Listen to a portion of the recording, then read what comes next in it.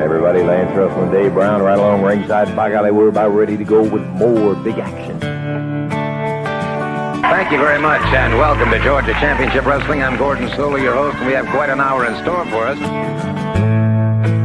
Hello, everyone, and welcome to Championship Wrestling at ringside. This is Vince McMahon, along with wrestling's only living legend, Bruno Sammartino. Welcome to this week's edition of Mid-South Wrestling Television. I'm your host, Boyd Pierce, another outstanding card. Hey, guys, and welcome back to the Regional Rasslin Podcast, where we talk the territories. I am, as always, Ray Russell, and this week, I am proud to announce the penultimate episode, the episode before last, that is, of the Georgia 1981 project. And in order to dive into December of 1981 Georgia Championship Wrestling, let's bring him back onto the program, talking about the one and only Mr. Jammie Ward. Welcome back, Jammie. It's great to be back again, Ray. I gotta admit, I have a little tear in the eye as we're getting ready to wrap up 1981 Georgia. Yes, indeed. And for those who are not on my social media accounts, me and Jammie have a fun announcement to make at the end of this program, so stay tuned for that. But right now, guys, we're going to dive into the next 2 weeks of Georgia TV and all the house shows in between, including the next Omni card. So it's going to be a fun time, Jammie. I can't wait. Let's go, Ray. Let's go. All right, guys, diving back into it now. Talking about December 12th, 1981, heading back once again to WTBS Studios for more Georgia Championship Wrestling.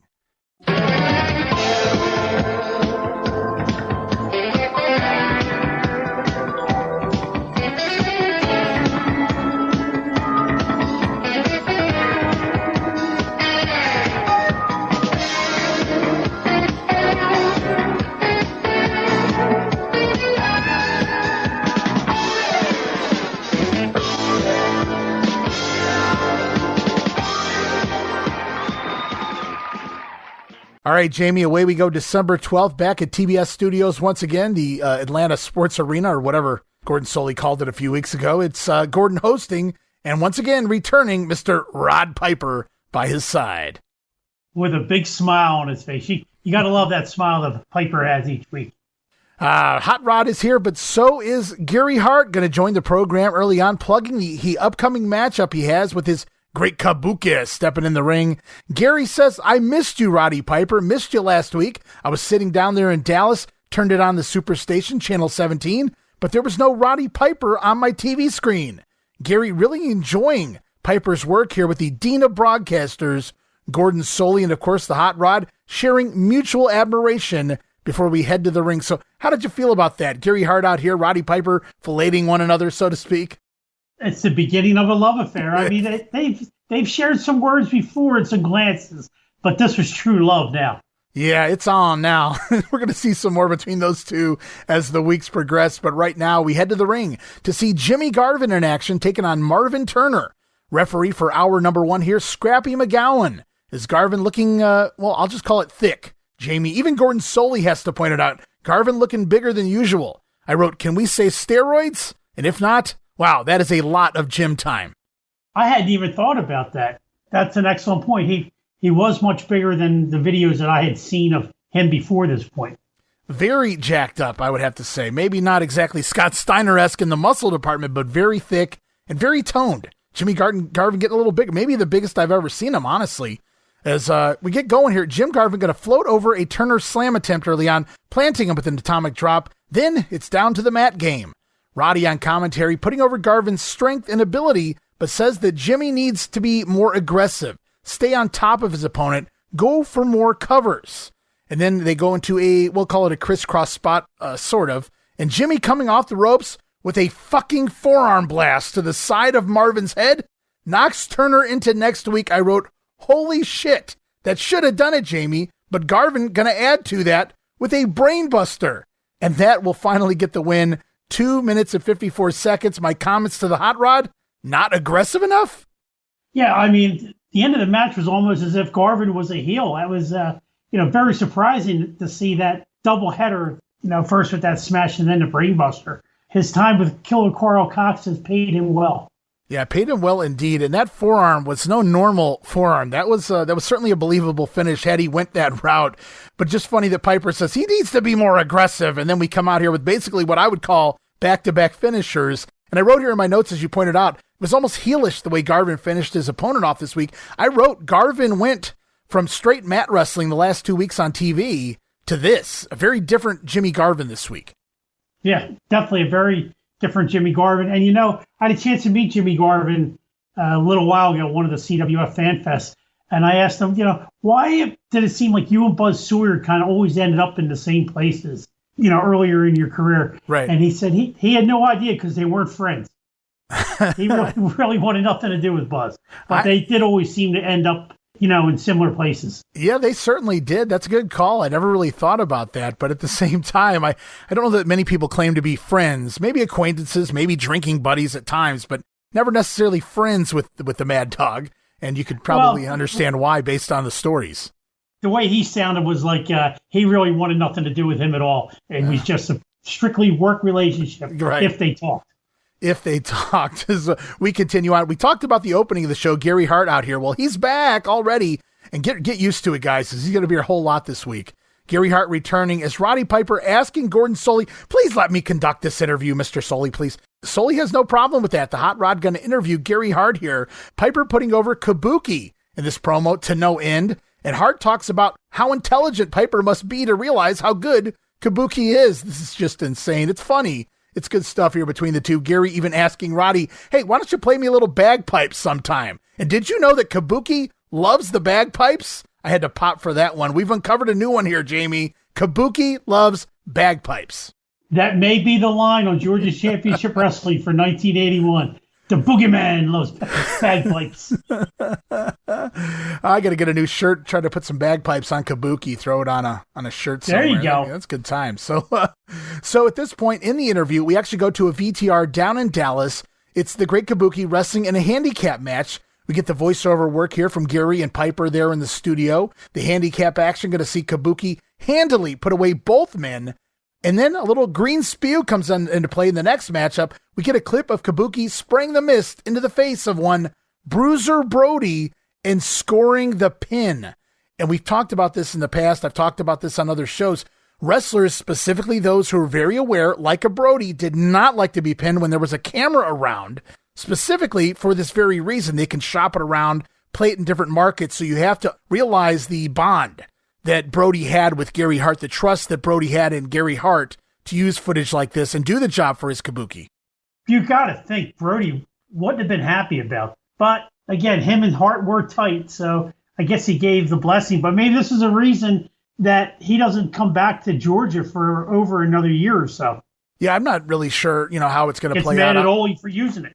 If it doesn't spread through the wrestlers, it will air on cable TV from coast to coast. And so I'm sure Brody's going to get a whiff of this sooner rather than later. So I don't really know what was going on back behind the scenes. We are talking the end of 81. So Brody will be in Dallas when Gary Hart is there upcoming. So they're going to cross paths quite a bit. So I don't know if there was a blessing, like you said, or what the case may be. Maybe Gary said, Brody, I really got to get this Kabuki guy over. And but it really caught me off guard. I wasn't expecting it. Maybe the mist, maybe seeing Brody go down. Oh my God, it even drops the big man. But to score a 1-2-3 and then air it here, it just makes Kabuki come off that more dangerous. If it puts Brody down, it could put anyone down. Yeah, and it put Dusty Rhodes down. And Gordon, he's not necessarily rolling his eyes, but I'm thinking maybe in the back of his head he is. As he comes in, has to cut Hot Rod and Hart off as they once again go into that mutual admiration society bit here, putting one another over. Gordon Solie has to remind them, hey guys, there's a match in the ring. So we cut back to the ring. And it is Ricky Harris, the future Hangman Harris, a.k.a. Black Bart, taking on Vinny Valentino. And this matchup, as you guys might guess, so important that Gordon decides it'd be a perfect time, Jamie, to explain the perils of mat burn, explaining why the wrestlers wear knee pads and elbow pads.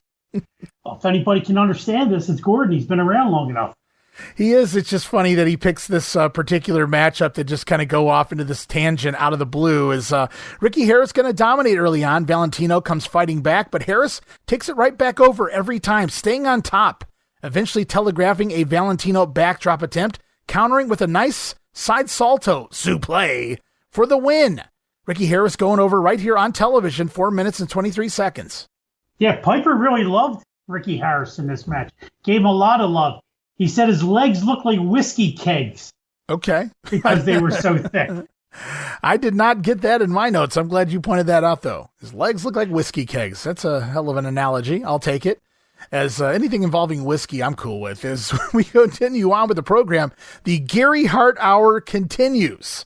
Another interview with Gary Hart once again. This time, though, the Great Kabuki by his side, promoting their upcoming matchup tomorrow night in the Omni. Kabuki has something special in store for the American Dream, Dusty Rhodes. Of course, the backstory there, Kabuki took Dusty out of the last Omni show. Dusty was supposed to challenge Flair for the NWA World title. Kabuki comes out, sprays him with that green fog, and takes Dusty out, beats him down, and now Dusty coming back for revenge. And instead of going over the Omni card here, I'm going to let Freddie Miller do it for everyone. Jamie, on the other side, we're going to talk a little bit more about some of those matches as Freddie's about to run them down for us. We'll be back in just a few seconds, guys.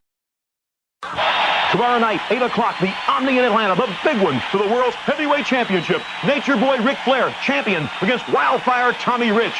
Grudge match, the American Dream, Dusty Rhodes, against the Great Kabuki. National Tag Team Championship.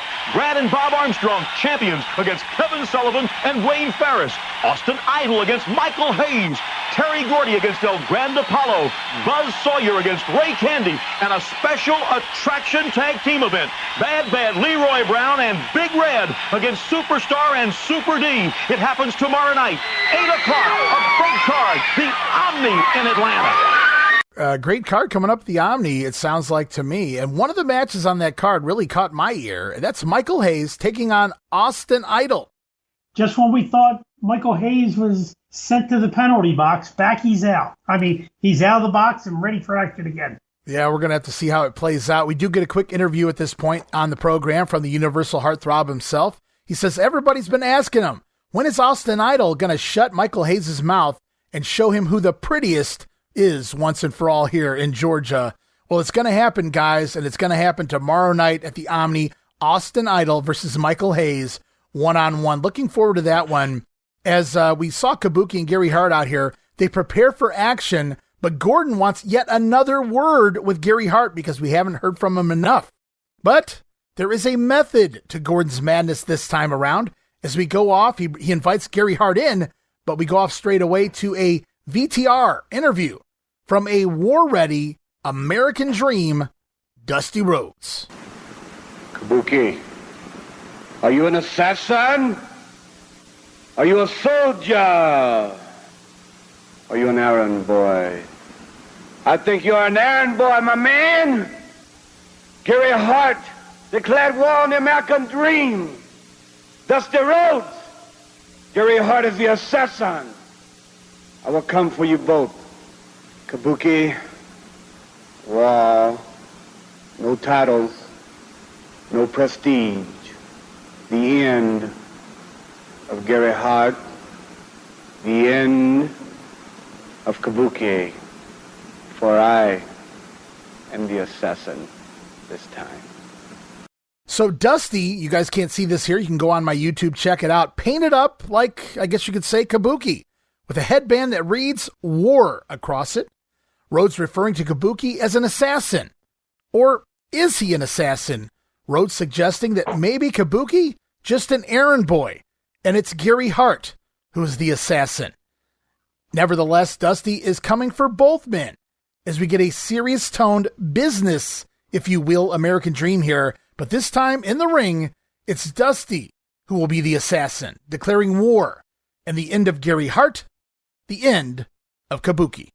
Yeah, I love this interview from Dusty Rhodes. I know people always say that I'm picking on Dusty all the time, but this was quality stuff by Dusty. He was ready to rock and roll and bring some war to Kabuki and Gary Hart. I mean, he was just great in this interview. Yeah, you know, I don't want to take away from that. I want to go back to that in a minute because I have comments as well, but I don't want to forget this in my notes. I wrote, with paint on, when you were looking at Dusty there, when they did the zoom in on his face, how crazy was it? How similar did Dusty look with paint on his face to what Dustin looked like with the gold dust paint on? I mean, it was almost like you were looking in a mirror.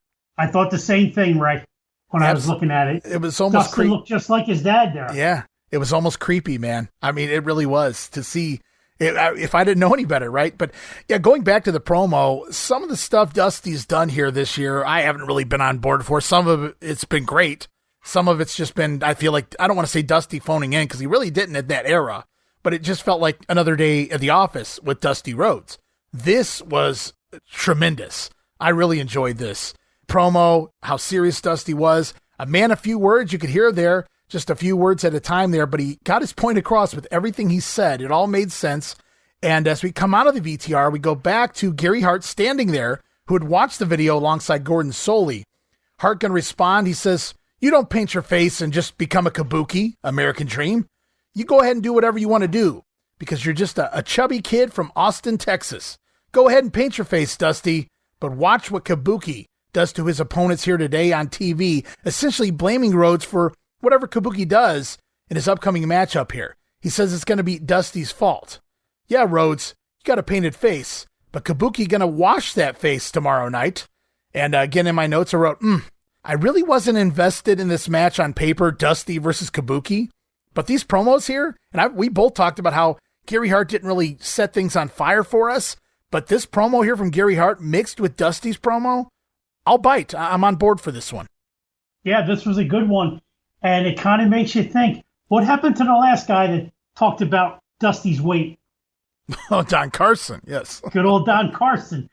It's a good thing Dusty and Gary Hart are tight because I could see a potato or two coming Gary Hart's way. Oh, there might be anyway. You call me a chubby kid, drop the elbow. But yeah, so they're setting things up. They got their promos in. Dusty not in town, but that promo was far more effective than Dusty coming out here and cutting a live in-studio interview, if you ask me. And then we go to the ring to see the third leg of this feud, and that's the Great Kabuki, the assassin, the errand boy, if you will, of Gary Hart in his corner here. Kabuki taking on a guy I'm not familiar with by the name of Bubba Carr.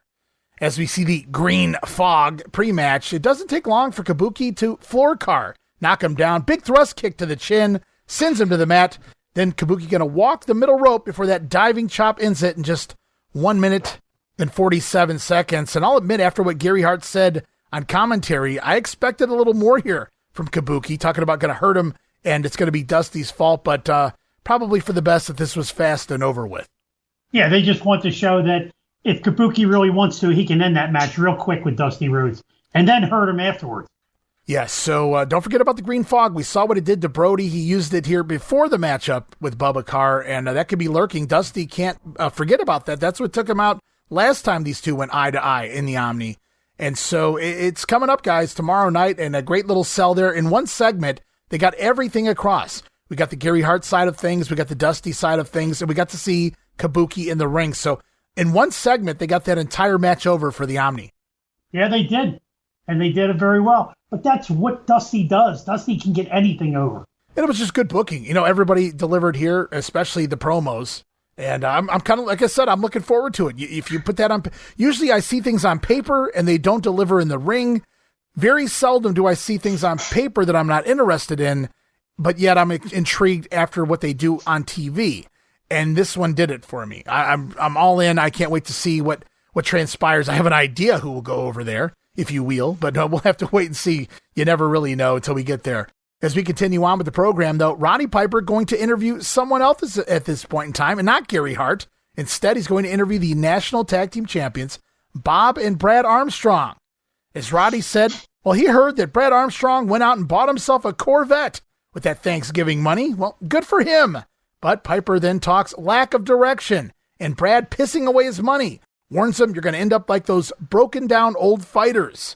Brad says, well, you learn from your mistakes, Roddy. But Piper counters, yes, but if you make some of those mistakes, you don't have a chance to correct them. Piper can see the lack of direction. I can see the lack of direction in this promo for Brad, and Piper's going to own him. That's exactly what happened. I mean, Brad obviously is a living life, right? And Piper likes the young boy. He wants to take him under his wing. I think that's what's really happening here. He was trying to steal Brad away from Bob. That's the whole intent of this whole thing. That's what I believe. Well, I'll tell you what then, Hot Rod has an eye for talent because Brad Armstrong, one of the best of all time in that ring for sure. But it's kind of funny here because Brad's so young. He was never faulted for being one of the greatest promos ever anyway, but to be this young out here with Roddy Piper jousting, verbally, not going to end too well for young Bradley. But that's okay because Papa Armstrong out here to even the odds, if you will, on the microphone, that is. And now it's time to hear Bullet Bob chime in. He's watching his son getting lambasted here, so to speak, by Roddy Piper on the microphone. And now it's the Bullet's turn to chime in. Mr. Armstrong, is it lack of direction on your part to your son not to save his money instead of going and blowing it on a Corvette, taking out young ladies? Well, let me say this. I believe, Mr. Piper, that every man must do what he thinks is right. Now, if I was 19 years old and I had won that much money, a Corvette would be the first thing I bought because I've always wanted one. I think that everybody must make his own decisions. Okay, that's very good. But I'd like to ask you, seeing that you seem to be speaking up here and saying, I'd like to say something about Mr. Kabuki now. Being one of the martial arts, I have never seen anybody more vicious in there. I've never seen anybody more on the attack, more professional with Gary Hart and exactly what they're doing. And it would be an interesting challenge just if anybody would take it, but it doesn't seem that nobody really wants to put their name on the contract. Well, you know, Kabuki is a kind of a weird individual, and... No, I didn't say weird. I said he's very aggressive. No, I said weird, and I mean weird. He's got his thing going. He paints his face. He tries to psych people out with a painted face. Well, Indians did that hundreds of years ago, but it didn't psych anybody out, and I don't think it's psyching it. You know, I know a little bit of karate myself. I'm saying I understand that you were with you took martial arts. You were in the service. I understand that you're an expert in martial arts. Kabuki is an expert on martial arts. Now, all of a sudden, we got two experts on martial arts. I've never said I'm an expert. I say I know enough to get by. I don't claim to be a master. Those people where he's from, Singapore, those kids from the time they're 2 years old until they're adults are trained in martial arts. I've never had that. I trained a little in the Marine Corps. I know enough to get by. But I'll tell you this. Are you afraid of him? I am not afraid of anybody walking, and that includes who I'm standing with. Let me say this. I've never seen anything work, martial arts or anything else, as good as an all-American right cross, because when you hit a man right, brother, he's going to go down. But I'm not afraid of Kabuki, and I'd welcome a match with him anytime. He can use his karate, kung fu, boogaloo, whatever. And as far as this, Mr. Gary Hart, who you seem so fancy with over there, Mr. Chrome Dome, he's been the most evil manager. He's always had weird people, and right now he's got Kabuki, who's the most weird individual I've ever seen in my life. I think that's quite. I think I finished interviewing you. Thank you. I'll tell you this. Let me say, in your case, Mr. Piper, it's kind of like mind over matter, and that means that I don't mind and you don't matter. Yes, well, it's truly been a pleasure, Mr. Armstrong, and it's off to the horse races again for you, Mr. Armstrong. I guess heroes and zeros is what we've got here, and it's been a pleasure. All right, though, so there it was, Papa Bear Armstrong coming to the aid of Brad. Not that he maybe, well, I guess he did need it here. Maybe not so much in the ring, but certainly on the microphone. Roddy wondering if it's Bob's fault, not giving his son the direction he needs. Bob thinks that every man needs to make his own decisions, though. And if he was Brad's age, well, maybe Bob would have went and bought that big, nice car, too. Really good back and forth there, I thought, about Kabuki as well. Bob Armstrong going to be wrestling Kabuki, I think, in Chattanooga. Bob calls him weird here. Piper said, I didn't call him weird. Bob says, no, I said weird. Don't worry about it, Hot Rod. So Bob knows, he says he knows a little karate. Now, Kabuki knows all that gung fu, right? But you got to love Piper just keeps cutting Bob off. And you could see the Bullet become frustrated as the promo continued on. Yeah, it was a great back and forth. I mean, I'm very surprised we still have to wait, spoiler, a few weeks before they have a physical confrontation, because I really thought Bob was just going to knock his block off right there. Well, Bob is never short for words himself. He says he's never professed to be a master of martial arts, talking about matches with Kabuki coming up, but nothing works better than a good old American right cross, so says Armstrong. Bullet making it clear he doesn't fear Kabuki. He'll fight him anytime. Roddy tries to end the segment at that point because he's becoming flustered with Bullet, but Bob's calling this mind over matter, Jamie. Bob doesn't mind because Roddy don't matter. I wrote, wow, awesome promo. And that could be line number 2 of the year. Think about how many times, from this point forward, are you, or even up to this point, have you seen Roddy Piper in an interview and somebody actually got the best of him? Yeah, speechless almost. Almost speechless. Doesn't happen that often. It was a great choice by Ole to mix these two in together. Everything works so well in that whole entire dynamic because you have the fresh young Brad Armstrong that Piper can get sympathy on, but at the same time you have somebody that can match mouths with him in the Bullet, who is proving so here. Piper, he thought he definitely owned Brad out there, and he worked very hard to keep up with Bob Armstrong. And I'm not saying Bob's a better promo than Piper when it comes down to it, guys, but he can certainly hold his own, and he had some great lines here, sticking him in and sticking him to the Hot Rod, who looked flustered at the end of that interview. As Bob said, "I don't mind, you don't matter," and the Armstrongs walk away, leaving Piper holding the mic. He did not look happy there, guys, so stay tuned. More fun coming our way with those sides. But right now we go back to the ring for tag team action. Jamie, going to see the team of Kevin Sullivan and Wayne Farris take on Tommy Rogers and Keith Larson. As this heel duo, they have themselves a title shot, it would appear, against the tag champs, the Armstrongs, tomorrow night, the Omni. As if you remember the last time they were out here cutting a promo on the last episode of TV, they had made claims that the illegal Armstrong pinned them during that matchup during the tournament Thanksgiving night. So they feel they're owed a title shot here. They're right. From what I understand, Brad made the pin, and Bob was really the legal man. So Kevin Sullivan's no dummy. He's been in Georgia for the most part the last 2 years, so he knows his way in and out. And he knows Ole Anderson, and he knows Ole's going to give him a push, and he'll get anything he can. Yeah, Kevin's going to take whatever he gets and run with it wherever he is. That's for nobody's ever said that he was lazy when it came to not just for himself, but when he was booking anything he ever did. Kevin always went at it 110%. And so they're just throwing him a bone here. Hey, you guys want a return match? You want to work the Omni? They cut out here. They cut a promo last week. They're out here in the ring against a fun babyface enhancement duo here. I hate to call Tommy Rogers enhancement, but that's how they've been using him in Georgia. As Roddy Piper points out that Wayne Farris's tights read punk rock. Piper is not really sure why they read that, nor am I.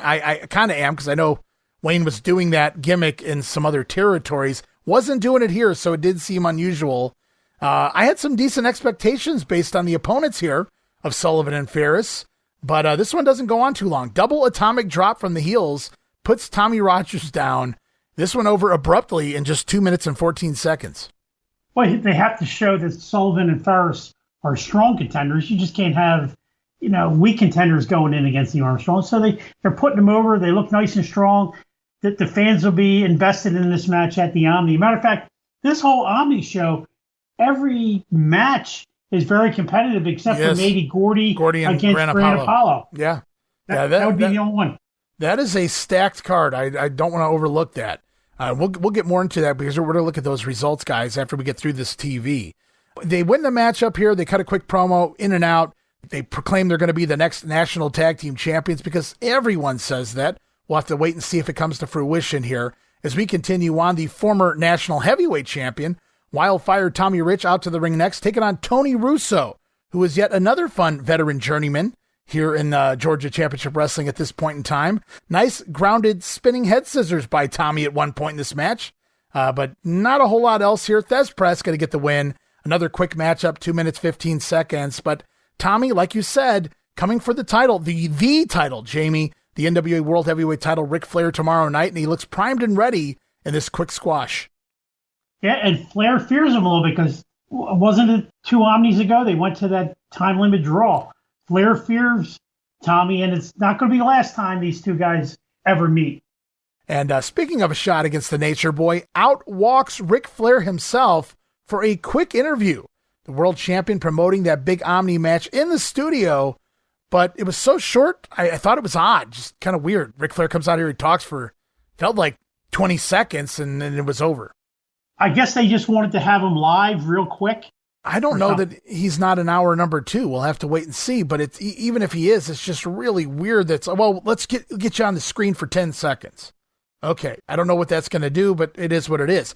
Now, I will say this. As Flair walks away, in comes Tommy Rich to respond to the Nature Boy. Tommy says he's done beat Ric Flair once. I wrote, he did? I'm going to ask you about that in a minute, Jamie. And this time, the world title is on the line. Rich promising an early Christmas present for the fans in Georgia tomorrow night. Now, do you remember what Tommy's referring to here, that he beat Ric Flair before? Maybe he has Ric Flair and Harley Race confused. I'm drawing a blank, and it's Tommy Rich, so I don't know, Unless there was a non-title match in one of the cities that we're just totally forgetting about. Yeah, I'm not sure. I was just curious if you recalled what he was referencing there. Boy, they're not wasting any time this week in putting over everybody involved in the Omni. We go back to the ring yet again. Tag team action, Masked Superstar and the Super Destroyer taking on Pete Martin and Rick Thor. And what can you say here, Jamie? Two large and capable guys, both in masks, just eating their opponents up. Don't forget, guys, Superstar is once again the National Heavyweight Champion, by the way, as we see a nasty swinging neckbreaker by Superstar on Martin, but he's going to pull him up at the 2 count as more mauling going to follow. Double clothesline about takes Martin's head off, and Super D going up to the middle rope for a flying splash. Nicely done. Going to get the win, 4 minutes and 30 seconds. Yeah, these two guys were a great tag team. It's a shame they didn't last much longer. Yeah, you know, I saw a little bit of Super D in the grappler. It didn't work for me, and I felt like when we walked into this, I was going to feel more of the same. It just felt redundant. 2 different guys and 2 different masks doing 2 different gimmicks, if you will, but still the same because they're 2 guys in masks. But for some reason, these 2 together, they mesh well. Yeah, because the body types are very similar. I mean, they did the angle where they wanted you to think Super D was Superstar, and they're just so similar that both of them come off as badasses. The grappler, who was much shorter than Scott Irwin. Well, the grappler was a grappler. Right. Right, exactly. Where these 2 guys, they look like they're on equal footing, and they're just there, and nobody's going to stop them, except for maybe my favorite combination that may be coming up. Well, now I got to judge your your choice of Come on, favorites. These 2 guys are much bigger than them.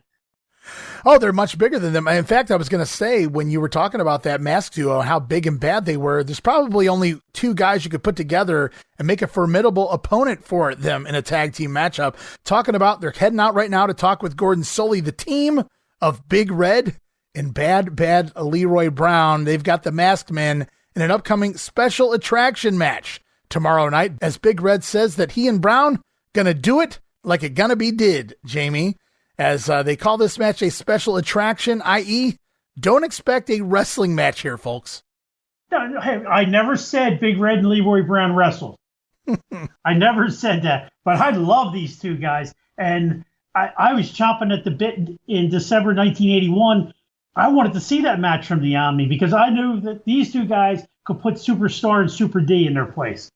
Well, they gonna do it like it's gonna be did tomorrow night at the Omni. Stay tuned, guys, as we roll off now to the Bob Neal football scoreboard for the next 5 minutes. And flash forward just 5 minutes later, hour number 2, Gordon Sully, Roddy Piper back, and the Hot Rod changed into his checkered pattern jacket for hour number 2. What a pro, Hot Rod, changing gear here, if you will, for the second hour, even saying hello to the good people of Portland out there. Yeah, well, remember, he is still facing Portland, and everybody should love Roddy Piper. When Piper is just being Gordon's sidekick, how can't you like Piper? He tells it how it is. He hasn't up to this point, except for with Bob Armstrong, really ripped into anybody. He ripped into a little bit to Tommy Rich. But besides that, he has just pointed out their weak spots when they're in the ring. And I should point out, Roddy Piper has not wrestled here in Georgia. Not one time yet. No, well, hey, we're only about 6 weeks into it. No, yeah, I'm just saying, as far as the fans know here, that, okay, this guy has some background in wrestling, but they don't know that he's working full-time right now up there in the Mid-Atlantic, and he's just waiting for the opportunity to do that here. No, they don't. And, hey, did you happen to catch the comment during the Tommy Rich match where Piper compliments Tommy Rich saying he can beat 99% of the wrestlers in the world on any given night? But Roddy Piper just happens to be the 1%. Right. Yeah, Roddy loves to do things like that. Now, that was not in my notes. I do remember hearing him say that. In fact, he's going to say something similar about Austin Idol when we get there. I'm looking forward to talking about all of that here just shortly. But right now, we go back to the ring. National Tag Team Champions out here, the Armstrongs, taking on Tony Russo and Ed Timms. Freddie Miller stating Tony Russo from Milano, Italy. I do believe that's Milan, Italy. Good old Freddie, though. You got to love him. Referee for the second hour is Nick Patrick. As Brad Armstrong starts off hot with a nice monkey flip, quick pinning combinations on Russo, gets himself several 2 counts there. And in comes Daddy, Papa Armstrong, who Roddy calls my favorite, of course in a sarcastic tone. Brad eventually, though, finds himself in trouble, double teaming by the heels on Brad. Finally, the Bullet has enough, enters the ring to even the odds. No tag made, guys, leading to a 4-way melee and Bob coming off the ropes with a flying fist onto Tim's, the Armstrongs, going over 4 minutes and 57 seconds. There's that fist that he could hit Kabuki with and knock him out. He could take him to that right cross. Good old American right cross. There it was. Kabuki comes off with a chop. Bob's going to come off and drill you with a fist. American style, so says the Bullet. Fun win there for the Armstrongs. As up next, making his first appearance, I do believe ever, in Georgia Championship Wrestling. I could be wrong, but that's the way they act as if here. I'm talking about the Cowboy, Ron Bass, out here for an interview, cutting a heel promo, sounding very confident in himself and promising to showcase his abilities. Ron's sort of explaining that, well, I used to play by the rules, but not anymore. Thus, not confusing his past territories where he has been a babyface, who are now seeing him on cable because of Georgia TV. Yeah, I kind of took it that he used to be in Georgia once upon a time. That's how my impression of it was. Okay. And he must have been a good guy the last time around. I'm going to have to dive back into that. I'm curious myself. I didn't do any digging. I mean, it wouldn't take long to figure it out. Based on the promos he cuts this week and next, it just came off like he had never been here before. But you could very well be. That makes a lot of sense to me also. And you know what? Ron Bass, heck of a nice guy. Met him once. He's on that list of boring wrestlers for me. He just never did it. Even the Florida stuff I'd seen with him feud with Dusty, he just never did it for me. Yeah, Ron's right there with me. You know, I will say this much, as I've been doing the Grenade Show, covering 87 and 88 WWF, for as bad and as boring as I thought he was during that time period, I got to put him over. He's a lot more entertaining than I thought he was. Now, that's not saying I enjoy watching his matches, but it is saying that he's a step above where I remembered him being. And so I have a little fondness now for the Cowboy because he cut Brutus Beefcake open. And you can't be all bad when you're doing things like that anyway. Right now, we go back to 1981 Georgia, and it is Ron Bass in the ring, taking on Rick Benefield, as Roddy Piper on commentary here, admitting he's very familiar with Bass, of course, from the Portland days when he was Sam Oliver Bass, a.k.a. S.O.B. Gotta love that. And, of course, more recently in the Mid-Atlantic territory, both guys just weeks ago, both men in Mid-Atlantic at the same time. As Piper going to talk about Bass's background as a power lifter and a heck of a wrestler to boot, so says the Hot Rod. And this matchup, just a total mauling, lots of arm work by Bass before finally landing the running power slam, or as he calls it, the Texas Stampede, gets the win, 5 minutes and 24 seconds, the Outlaw going over. And he's made an impression here on cable TV now. And if he has been here before, people see a new aggressive Ron Bass. And if he hasn't, the entire world now knows who Ron Bass is. And I'm still yawning. But I will give Bass credit. He was kind of like raw boned. I could see where Piper's talking about him being a power lifter. That got past me 40-some years ago. But listening to the comment this time, it makes sense the way his upper body is built that he was a power lifter. Yeah, so Ron Bass securing a pin here, moving a little more quicker in 1981 than he does in 88, I'll have you know as well. So slightly better, Outlaw Ron Bass back in the early 80s. And he's here for the time being anyway. As we go on, we hear from the Great Kabuki. Well, we actually hear from Gary Hart once again, putting over tonight, Chattanooga. There it is, Kabuki taking on Bob Armstrong. And of course, tomorrow night, it's the Omni, Kabuki against the American Dream. We also hear from the Armstrongs at this point, warning Kevin Sullivan and Wayne Farris. Bob Armstrong also warning Kabuki and all of the heels of Georgia to stay away if they don't want any trouble. The Armstrongs ready to take on all comers. Bob is has to be like the number 2 babyface right now, kind of taking over that role for Mr. Wrestling 2, who we haven't seen much of lately. And speaking of Wayne Farris, when you look at him, especially, does he not remind you of Jimmy Valiant around this time, when Valiant was in Memphis? Before he grows the long beard and everything? I mean, the body, the hair, I could see it. Maybe if he put a mask on and called him Charlie Brown, maybe. I don't know. See, I knew Jimmy Valiant and Charlie Brown weren't the same guy. You just proved it for me. Yeah, exactly. I just figured it out myself. But yeah, so Wayne Farris is here. Kevin Sullivan is here, at least for the time being. And they have a gripe against the Armstrongs, looking for that rematch from the tournament where they were robbed, or so they say. And they're going to get that. They got 24 hours to wait, and then it's put up or shut up time. As right now, speaking of somebody who never shuts up, in the ring, it's Austin Idol, Dolan, taking on Vinny Valentino. And then as the match gets going, in the middle of working Vinny's leg, straight out of nowhere, Idol just cracks him right across the face with a right hand. I mean, it just came out of left field, or right field in this instance. Valentino didn't see it coming, and it looked legit to me, so I had to pop for it. I don't really know what triggered that, or if Idol was just having some fun, but I don't know. As the match continues on, though, pair of backbreakers, knees to the spine, even an atomic drop to further jar the spine, but every time Austin Idol only getting a 2 count on Vinny. Is Idol going to toy with Valentino and play to the crowd? And it's at that point that Valentino's surprising Idol with a backslide. Going to get 1, 2, near fall there, almost pinned Austin Idol. And Valentino going to fire up Jamie's series of shots, and he slams Idol down to the mat, but Vinny to the middle rope, diving off, big splash, but Idol getting his knees up, and Austin just about screwed the pooch there, so no more messing around, guys. Straight into that Las Vegas leg lock for the submission win, 5 minutes and 8 seconds.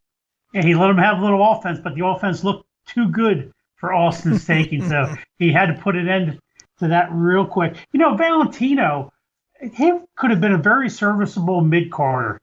I could see him being higher up than he ever got. I could certainly see him being higher up than he ever got, where they used him in enhancement pretty much everywhere he went, because he was pretty capable, for sure. He was very athletic, and most of the guys he would step in the ring with would give him a little offense, as we just saw here, even with Austin Idol. But that was a little humiliating for Austin. So post-match, Idol going to reapply the Las Vegas leg lock, reapply the figure 4, getting some revenge, if you will, on Valentino for showing him up. Gordon pointing out he could break his leg here. But out comes Michael Hayes, who until now I didn't even know if he was here. But here he is. Michael P.S. Hayes here, making the save, attacking Idol, going to town on the Universal Heartthrob, when out comes Terry Gordy, who we also haven't seen on TV until this moment. Gordy going to make it 2-on-1 on Hayes, when out comes Bullet Bob to even the odds. Bob Armstrong all over this show as the locker room clears, and an angry Gordy stopping by Gordon Soley to trash talk Armstrong for getting involved. So now I'm having visions of sugar plums dancing in my head, visions of Bob Armstrong and Gordy in the ring at the same time.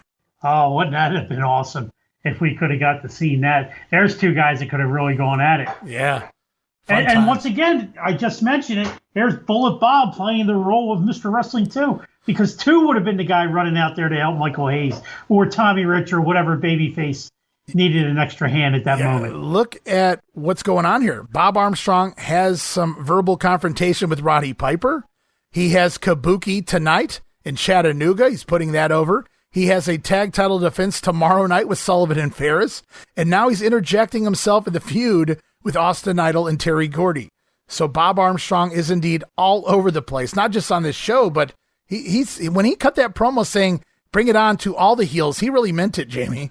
Oh, yeah. But you know what we're missing most here? The fabulous Freebird is back. Did you catch that jacket he had with that nice little white scarf around his neck? Michael was looking mighty fine tonight. Every time I see a scarf around his neck, I stop paying attention to anything else he has on. I'm done with it. After the ascot, the Fred from Scooby-Doo ascot deal, I'm good. Only Michael can pull that off. Well, I don't know. It's great to see him again. He's been in purgatory. I was going to say, they give him like 10-second promos. They let him come out here for this run-in. I didn't even know he was in the studio this week, so at least we got that much leading into his match with Idol tomorrow night. So at least he's not that much in the doghouse where they want to at least build to the match, because that's one of the big ones on the card for me. Oh, yeah, absolutely. I would have loved to see Idol and Hayes go at it. I mean, that was over a year plus in the making. Yeah, and I'm looking at this here. We speculated why Ric Flair's promo in hour 1 was so short. He's still here. He returns for a second promo in the studio. He says everybody wants to be where the Nature Boy is right now, at the top. The custom-made suits, the $17,000 gold belt, and all these other guys, all these other wrestlers out here causing trouble to get noticed on TV, when all Slick Rick has to do is walk out here and get attention. Flair then calling Roddy Piper into the interview segment, so I knew it was going to get good. The Nature Boy says, I overheard you, Roddy. I overheard you in the last segment say that Austin Idol is a great wrestler, but he's no Roddy Piper. Well, Hot Rod, you're a great wrestler too, but I'm the world champion.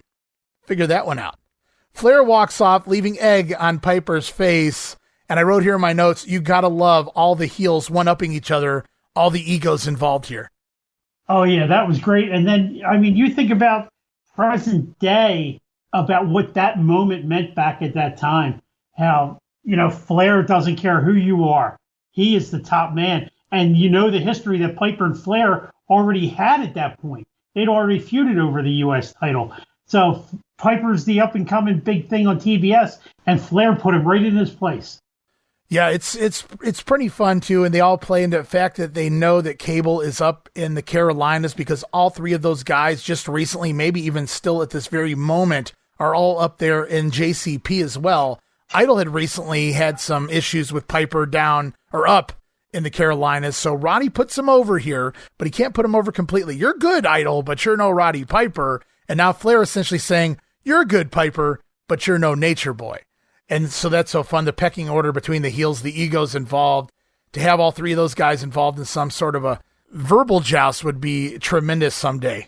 I forgot all about Piper and Idol having a little thing in Mid-Atlantic because I was trying to figure out why Piper's always so hard on Austin Idol. Right. And now that makes perfect sense. And we go back to the ring, one of the newcomers here, recent weeks in Georgia, talking about a now heel Buzz Sawyer. I think he was babyface for a whole week. He's going to be taking on Keith Larson, a prodigy of the Anderson camp. It would seem Keith Larson, of course, the future Rocky Kernodle, brother of Don Kernodle. Buzz Sawyer having little troubles embracing this new heel persona. Gee, I wonder why. Fun spot early as Buzz picks Larson up, sits him on the top rope, just to show off his strength. But as Sawyer jaw jacks with the referee and the fans, Larson going to retaliate with a missile drop kick. I wrote, wow, didn't see that one coming of all the moves. Sawyer immediately going to bail outside to regroup. And when he returns, it's Keith who is in big trouble. Flung out to the studio floor and eaten alive. Suplex back inside. Eventually leading to a seated chinlock is what I thought it was here, but treated more like a camel clutch on commentary by Gordon. A variation of Boris Malenko's old Russian sickle submission hold. Going to get the win. 5 minutes and 14 seconds here. Sawyer is impressive. Even I have to admit, I liked Buzz back then. I'm not going to like Buzz for long because of who he's going to associate with.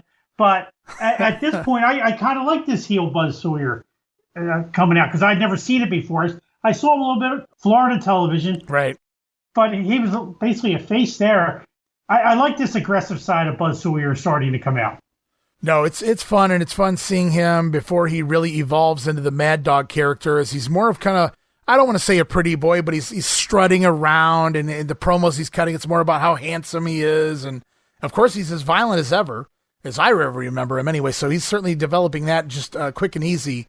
As you said, very boring and bland, a lot of people would say, in his babyface run down there in Florida, but he's quickly latching onto this heel persona, and I think we all know why. It kind of matches the man himself. Is Gordon going to interview Buzz Sawyer after the matchup, solely suggesting there was a moment when Buzz was in trouble. He took that drop kick, but Sawyer says, never. That was merely strategy.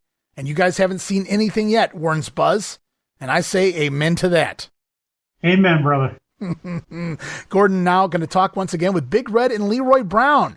As we go back to last week's TV, we get a clip of the Superstar and Super D attacking Red, who holds his own for a bit there, fighting both masked men off, but it is Leroy Brown who finally comes out to even the odds. The studio crowd eating that one up as the duo promising, we're going to leave right now, but we'll be back. We got a big surprise for the people here today.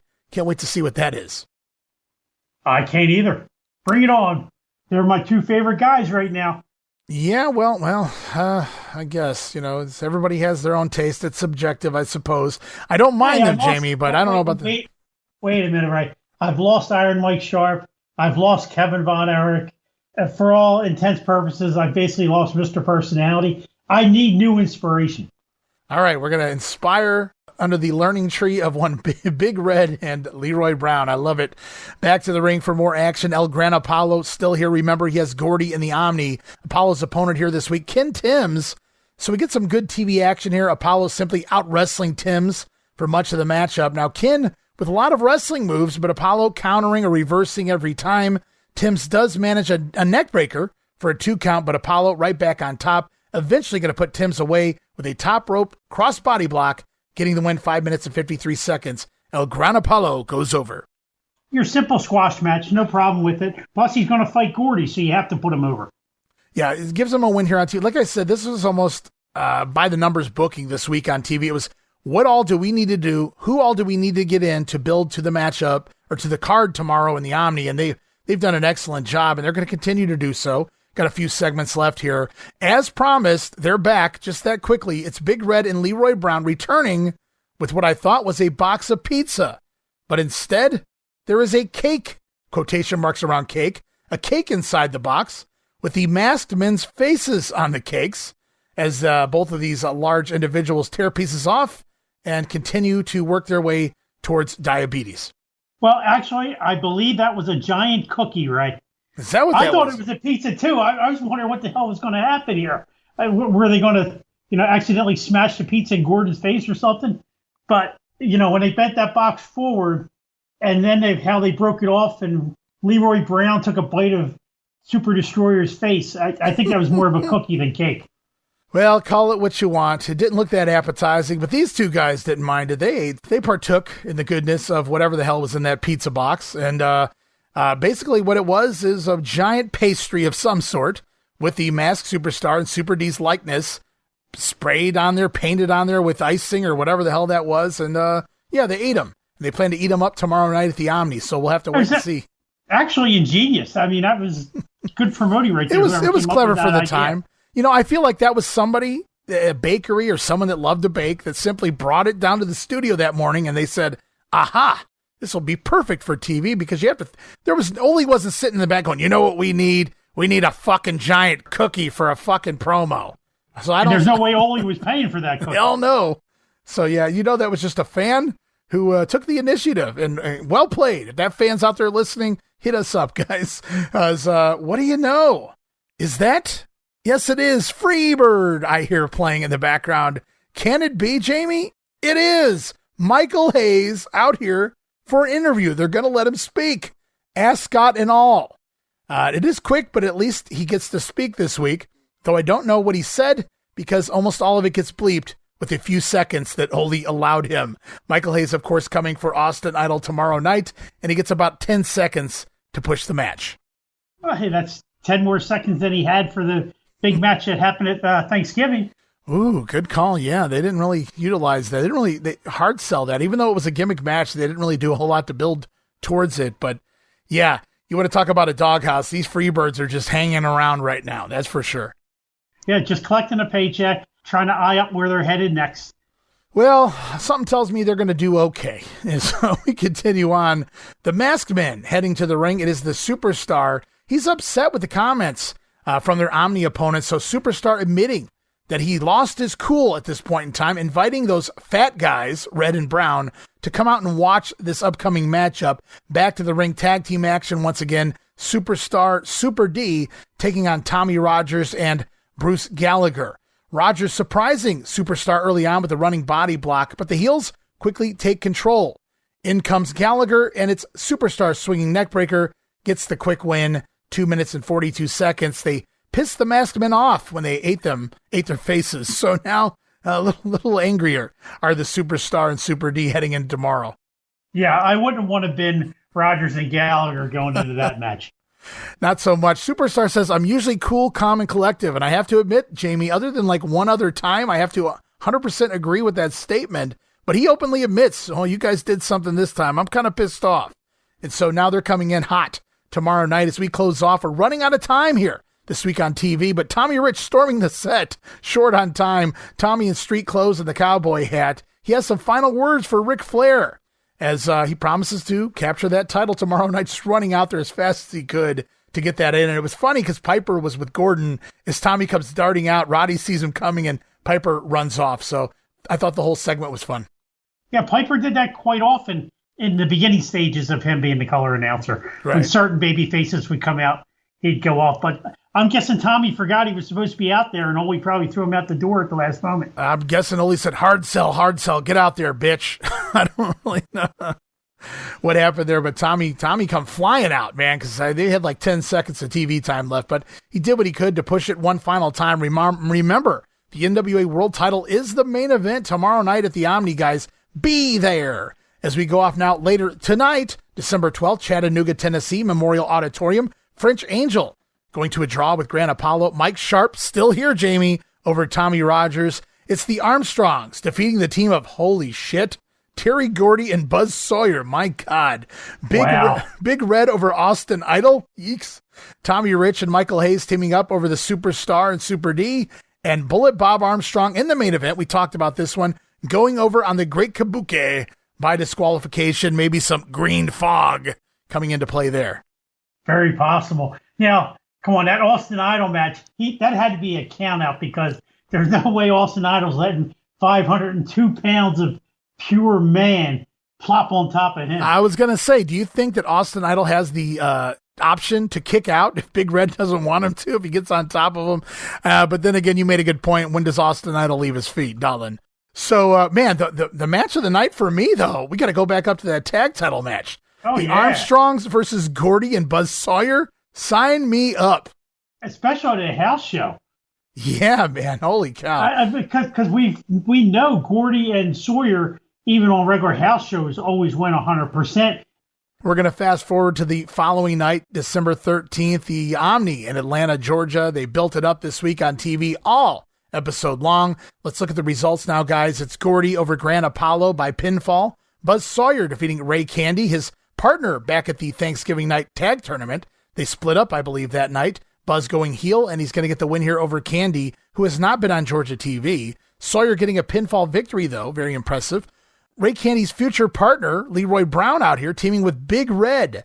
And there's your team, the special attraction match. Going to see Brown and Red over the Superstar and Super D. So we have that to talk about in a moment. Austin Idol also scoring a pinfall victory over Michael Hayes. So if the writing wasn't on the wall before, it is now. Now, I will say, based on some upcoming interviews, we learned that Idol uses a foreign object here to pin Hayes, but still, the former Freebird, or maybe the once again Freebird, doing a pinfall job here. And we haven't seen that word pinfall in these results that you dig up very often from Michael Hayes. No, not at all. Not on that end of it, especially. Also, remember, we talked about the national tag titles on the line, the Armstrongs scoring a win over Kevin Sullivan and Wayne Farris, and hopefully the legal man was pinned this time, so we can put that to rest. Dusty Rhodes coming back for war, baby. And Dusty going to score that win the battle, win the war over the Great Kabuki here. And in the main event, NWA World Champion Nature Boy Ric Flair bringing it to town, scoring a win over the Wildfire Tommy Rich. So Ric Flair retains, the Armstrongs retain. Champions are still champions here, but some fun matches throughout the night. Yeah, I would have loved to have been down in the Omni for that one. Yeah, that's a fun card, man. When you go back and you look, Gordy and Apollo, like you said, the only lower level match, and Gordy is no low level talent. It's just, Apollo's so green and young here and not really pushed to that degree to really be considered a tough challenger for Gordy, but I'm sure they even had a fun match. Yeah, and like I said, this is probably the first time for a long time that top to bottom, it was a solid card. Right, yeah. Yeah, we've seen a lot of, for 4 or 5 matches in, we're just kind of questioning what's going on here. Why don't we see the talents against the talents instead of so many of the enhancement guys being used, but not so much here at this Omni card. And I think the trend's going to continue forward for the holiday shows we have coming up on the next edition of Regional Rasslin we do together. But right now we continue on. Augusta, Georgia, Bell Auditorium, December the 14th. Grand Apollo over Ricky Harris. Buzz Sawyer defeating El Gran Apollo. Brad Armstrong scoring a win over Austin Idol. That's interesting. Another questionable, was that a pinfall or not? 6-man tag team action. Going to see Michael Hayes team with the Bullet, Bob Armstrong, and Big Red, what a trio, over Terry Gordy, Super Destroyer, and Ray Stevens. I don't know about that. It's kind of peculiar. Tommy Rich also getting a win over the National Heavyweight Champion Masked Superstar in a non-title match. Yeah, that's interesting. Maybe Stevens just came back for one night. Very possible. Very possible. Because he finished up basically on Thanksgiving night, and you're only talking 2 weeks later, so maybe he just happened to be in the locker room and they said, hey, we're short a guy. Yeah, I'm not really sure what happened there, but everything else seems very accurate, so I have to believe that Stevens was there. Just a very odd six-man from beginning to end, really, when you look at it. And Stevens had been partners with Super Destroyer at the Omni, so that makes sense. Back on Thanksgiving. As we continue on December 16th, Columbus, Georgia, Municipal Auditorium, Big Red over Mike Sharp. Oh, okay. Mr. Wrestling 2 defeating the French Angel. The Armstrongs teaming with Michael Hayes, so Brad and Bob Armstrong along with Michael Hayes over Terry Gordy, Buzz Sawyer, and a mystery partner, a masked man known as the Eliminator. I don't have any other information on that one. And the national title on the line is the Masked Superstar losing to Wildfire Tommy Rich on a disqualification, so Superstar losing the match, but keeping his belt. And lastly, before we get into our other piece of TV here this week, December 18th, Gadsden, Sweet Home, Alabama at the old Gadsden Coliseum. Going to see Brad Armstrong over Mike Sharp. Grand Apollo defeat Buzz Sawyer. Interesting. Mr. Wrestling 2 over Ray Stevens. There you go. He is still here. A little bit anyway. Taking some matches. And Tommy Rich teaming with Michael Hayes over the Superstar and Terry Gordy in the main event in Gadsden. So Michael Hayes coming home one more time here. Also interesting, unless I just missed it, we haven't seen Mr. Wrestling 2 for about 2 weeks. Must have taken a Thanksgiving holiday, post-holiday off. He does whatever he feels like doing at this point, I feel like, Mr. Wrestling 2. But he is here in Gadsden, and spoiler alert, he's also going to be here on the next piece of TV, guys. But before we get to that, we're going to take this quick WrestleCopia timeout. Hey everybody, Gene Jackson here, inviting you to check out the Retro Wrestling Review, where each week I'm joined by some great co-hosts who help me review classic episodes of USWA Championship Wrestling, and right now we are doing week-by-week reviews of 1993. But we don't just do reviews, sometimes we get a chance to interview some of the people who were there and lived it, plus do watch-alongs. It's a lot of fun, so check out new episodes that drop every Wednesday at WrestleCopia.com, and to find links to everything associated to the podcast, you can go to USWAPodcast.com. Hey guys, Ray Russell here, curator of the WrestleCopia Podcast Network, inviting you guys to listen to many of the programs here as part of the WrestleCopia brand, including, but not limited to, the Wrestling Memory Grenade, currently covering the 1988 and the WWF project. You can also listen to the Regional Rasslin podcast, where we talk the territories, whether it's Jammie Ward with Georgia 81, Roman Gomez with the UWF in 1986, or Gene Jackson covering Memphis in 85. 3 projects going on right now over there at Regional Rasslin. You can also listen to the Wrestling Stoop with the legend himself, Bob Roop. Bob goes back in time each and every week, covering not just his career, but countless stories and interactions with hundreds of wrestling names spanning his 2 decades in the business. But that's not all. You can also check out the Puro Wrestling Academy with the professor of Puro Resu, Mr. Dan Ginnity. Dan and I go back in time and cover the history of Japanese professional wrestling in the English language. And you can listen to all of those shows and more, all part of the WrestleCopia Podcast Network, located over at WrestleCopia.com. That's WrestleCopia.com, and anywhere your podcast streaming needs are met, from Apple to Spotify, Pocket Cast, and beyond. And while you're at it, why not subscribe to our social media guys for all the latest goings on here at the WrestleCopia Podcast Network. Plus, I'm constantly adding old school video clips and pictures from throughout wrestling history. You can follow us over on X, formerly Twitter, at Rasslin Grenade. That's at RASSLIN Grenade. Also, follow and like me, Facebook.com/Rasslin Grenade. And why not subscribe to YouTube.com/Rasslin Grenade. And of course, now would be a fantastic time to become a WrestleCopia patron over at Patreon.com/WrestleCopia. That address again, Patreon.com/WrestleCopia, where you get so many gifts, including all of my insanely detailed show notes for every episode of The Grenade Show, Regional Rasslin, and the Monday Warfare podcast. You'll also get early access to a lot of the podcasts here on the WrestleCopia brand, where you can listen days and sometimes as much as a week earlier than the rest of the listeners. But that's still not all, guys. You also get at least a dozen digital downloads for your viewing and reading pleasure each and every month, plus random bonus video drops, and of course, the Patreon exclusive watch-along series covering mini-past WWF and WCW events. And if that's not all, videocasts, also now a part of Patreon. No subscription, cancel anytime. Give it a try for a month, guys. I think you'll like the content that I offer, and every penny of it goes right back here into paying the bills. So if you're looking to support that next up-and-coming podcast brand, please consider making it WrestleCopia. Help me pay some of the bills to keep the WrestleCopia podcast network and all of the great shows here up and running for the months and the years to come.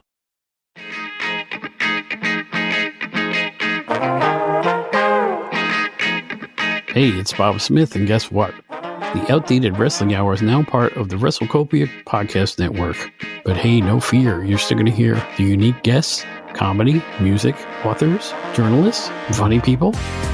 Who knows who's going to end up on the Outdated Wrestling Hour? Remember, it's all new and all old. So check it out in the WrestleCopia Podcast Network and wherever you get your podcasts. Listen if you know what's good for you. All right, guys, welcome back to Regional Rasslin proper. Jammie Ward along my side as we continue on here with Georgia 1981, going back to TBS Studios for December 19th TV, The Fallout from the Omni. Host is Gordon Soley, and no Roddy Piper. Upset after his conversation with Bob Armstrong last week, Roddy Piper is not here this week. But the good news for you, Jammie, is replacing the Hot Rod is the one and only Mr. Personality himself, Steve-O, here to add a little color to your TV this week. Well, what more can I ask for? If I don't have Roddy Piper, I had the original Roddy Piper, Mr. Steve-O, Mr. Personality himself. Yes. Roddy Piper. Well, he's done color commentary a couple other times here. Not for the whole show, but for some matches. So he was the original Piper. He was the inspiration for bringing Piper in. Okay. He was the reason they said, we need a color commentator that's not Steve-O. I got you now. Okay, anyway, Exactly. Roddy is not here this week, likely up in the Carolinas somewhere doing something. And instead, Steve-O going to replace him here on commentary more often than not throughout the show. Gordon also putting over the latest edition of Sports Illustrated, which features a 10-page story on Andre the Giant. Wow, that is a lot of pages to cover a professional wrestler, as wrestling wasn't really featured in SI at that time. Obviously, Andre just a different animal, though. The biggest man in the world, biggest athlete in the world. Sure. So why not get 10 pages in the biggest sports magazine in the world? That's correct. And, of course, the swimsuit edition is likely not to feature Andre the Giant, but also their most popular magazine, I have to believe it, especially back in that era. But Andre the Giant getting 10 pages of story, which is a pretty big deal. So I'm glad they're putting it over here on Wrestling TV, going to put over one of their own. As Gordon interrupted by not one, not two, but three masked men. I feel like we have doinks out here. It is the Masked Superstar, it is the Super Destroyer, and now it is the Assassin joining the crew. Three masked men. Superstar out here, he says he also finally found the man to collect the bounty on Tommy Rich. And I thought he was referring to the Assassin for a moment, Jammie. It would make sense. He's an assassin after all. But instead, we cut to a clip of the madman from the Sudan. I'm talking about Abdullah the Butcher. Oh my.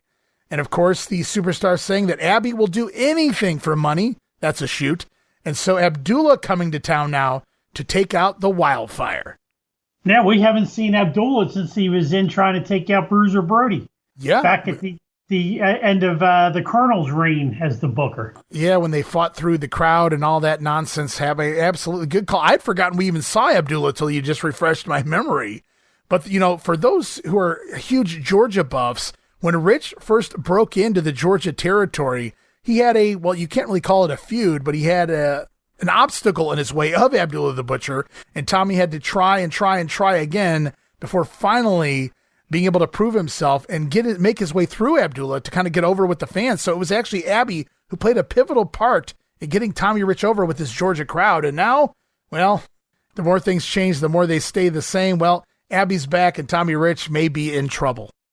Yeah, Abby wants his revenge. But did you catch, and I did in 1981, when I saw the Superstar, Super D, and the Assassin come out, I said to myself, that is not, and again, I didn't know his name was Jody Hamilton at the time, right. but I said, that's not the assassin. Number one, it was a totally different color mask. I had never seen the assassin wear that kind of mask before. And number two, he had blonde hair popping out the back. And I was pretty sure that the assassin was an old guy because I never saw any hair popping out from underneath. So to myself, I knew they had a bogus assassin at the time.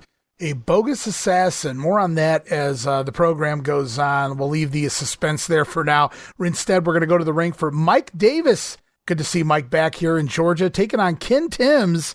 And as you pointed out, Steve-O joining for commentary as he continues to apparently have issues with his left wrist. We talked about that on the December 5th edition when he was going to do the Stanley Works Bout of the Month, and he couldn't because of the arm injury. Steve stating that his wrist got so swollen and so big that it dislocated itself. I wrote, is that even possible? I'd never heard tell of that.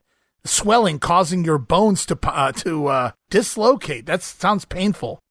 Well, Steve was a teacher, so if anybody knows, he would know, except for a doctor. I guess a doctor would know better. A teacher of anatomy, though? I mean, there's a lot of different types of teachers. He's a gym teacher. Come on, that covers everything. A gym teacher, okay. I thought he was like a math teacher or something. I don't know. Anywho, we go to the ring, and we see Mike Davis, Ken Timms here. And given the names involved, you guys may estimate they keep it fun for an opening match, just some back and forth stuff. The end going to see Timms charge Davis in the corner, but Mike countering into that old Briscoe roll, if you will, the sunset flip out of the corner, does it every time. Mike Davis getting a TV win on his way back in. Match goes 5.5 minutes. You know, we hadn't seen Mike Davis since around March when he had that real quick feud with Ole Anderson. So it was good to see Mike back. And even Gordon was excited to see Mike Davis back. Gordon called him the exponent of fair play. If anybody knows fair play, it's Gordon Soley.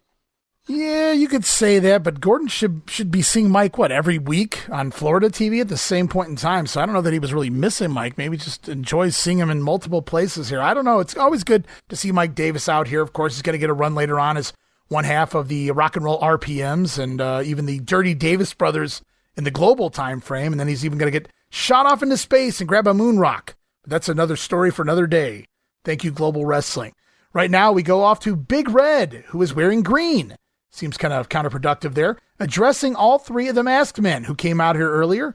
They say they have the biggest and baddest team of all time. Well, Big Red, he has a surprise for them. A big surprise, Jamie. Boy, I wonder what that could be. I wonder if Gordon gave it away already.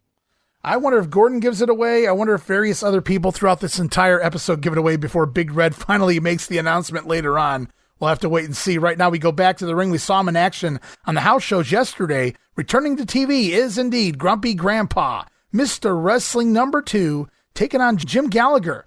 The Grumpy Masked Man can control the action for quite some time. Finally, Gallagher getting number 2 up against the ropes and hammering away. Cheap shots driving Wrestling 2 down to the mat. And you better imagine the Masked Man grumps up, retaliating with a nasty forearm coming off the ropes. That'll teach you, Gallagher. And not much longer after that, the $1 million knee lift getting the win. Mr. Wrestling 2 back on TBS and a matchup going 4 minutes and 47 seconds. It's fun to see Wrestling 2 back. Curious to see how long he sticks around this time. But he is here this week, and it's always fun leading into the holidays. Wrestling 2 on our screens. Maybe he'll get in the holiday spirit himself here if we're lucky. We go off now. We get VTR promos from both sides of the main event coming up Christmas night at the Omni. Now, we know that Ric Flair successfully walked out last week in the Omni with a win over Tommy Rich. We also know that Dusty Rhodes defeated the Great Kabuki. And if you guys remember, it wasn't that long ago, Dusty was promised a world title shot with Flair before Kabuki took him out. And now Dusty getting that title shot. Having avenged his feud with Kabuki, it is Dusty versus Flair for the title in the Omni. And right now we're going to go to a quick Omni rundown for Christmas night. We're also going to hear from the American Dream, Dusty Rhodes. Attention wrestling fans, Christmas night, the Omni in Atlanta, 8 o'clock, for the World's Heavyweight Wrestling Championship. Dusty Rhodes, the American Dream, goes after the champion, Nature Boy Ric Flair. Wildfire Tommy Rich against the incredible man from Sudan, Abdullah the Butcher. 6-man tag, Lumberjack Rules. Bad Leroy Brown, Big Red, and the 8th wonder of the world, Andre the Giant against Superstar, Super D, and the Assassin. National Tag Team Championship. Bob and Brad Armstrong, champions, against Kevin Sullivan and Ox Baker. Buzz Sawyer against Wrestling 2. Austin Idol against Michael Hayes, plus 2 other exciting matches. Christmas night, 8 o'clock, the Omni. You know, Ric Flair, there's been a lot of talk about the situation between Kabuki and myself, you know. I mean, the destiny that I had right in front of me, you know, 2 times world heavyweight champion Ric Flair, standing across from me in the Omni, and Kabuki comes in and you say you ain't got nothing to do with it. You don't have one single thing to do with it. Your family don't have nothing to do with it. You come from a rich family. You got money. You got fine cars. But everything that's in your mind about wrestling, the way you walk, the way you talk, the way you drive, the way you love, the way you look, the pretty as you are, the robes you wear, the American dream laid it on you. And when I was ready to pounce on you now, Kabuki felt fire in my eyes. And I owe it to the people on Christmas night to bring that title back where I got it. From Harley Race, Ric Flair, I'm gonna come for you on Christmas night and deck the halls with thousands of holly. So there was an interview there for the Nature Boy Ric Flair guys. At first, he says, last time around, it was Dusty Rhodes blaming the Great Kabuki for not fighting Flair for the title. He blames everybody but himself, so says the Nature Boy. He says Rhodes is simply the inferior man to Ric Flair. But they're going to walk that aisle one more time Christmas night. And there you hear it, guys. Dusty responding, Kabuki taking his destiny away. But he gets his title shot one more time Christmas night. Dusty stating he's going to deck the halls with boughs of holly and walk out the world champion once again. And Dusty just may do that on this Christmas night. Could get a big present if you will, baby. Yeah, absolutely. I'm wondering if they shot those 2 promos right at the Omni after the show the week before. Just throw up an NWA thing on the wall because obviously it was shot from the same place. Yeah, same little hallway there. And yeah, I would think the same thing. Dusty hasn't been in the studio here or anywhere else in Georgia. So I would have to, and Flair even the last couple of weeks really hasn't been working the Georgia territory like he had been almost every night there for a little bit. So it makes total sense that that's likely when those were shot. And they knew this was the next matchup coming because we've got 3 Omni cards between the one we just saw, Christmas night, and then New Year's as well. So 3 big Omni cards within a month of each other. Yeah, it's a busy time, but then again, they did that every year. Yes, so they were used to rushing 3 shows out. Right.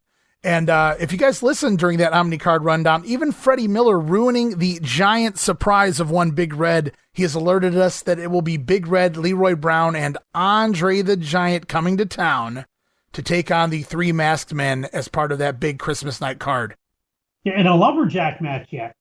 Is that what it was? I didn't even catch that. That's what I thought. That's what I thought they said, a lumberjack match. We'll check and see. We'll know soon enough. So Andre the Giant coming back to town. We haven't seen him in a while here, but he is back. I think the last time we saw him, he was teaming with Michael Hayes to get some revenge on, was it Gordy and Snuka at that point? Yes. Okay, that's been a while since the Giant, the 8th Wonder, coming back into town. And Christmas night, what a coup to get him on a holiday night like that. As we hear once again this week from Ron Bass, as last week Gordon called his finisher a power slam. Ron Bass overheard that on commentary, coming out here to correct Gordon. He says anyone can do a power slam, Jamie. Don't nobody kick out of his Texas Stampede. So it is a power slam for those wondering, a running power slam, but because he calls it a Texas Stampede, it's just a little bit more effective.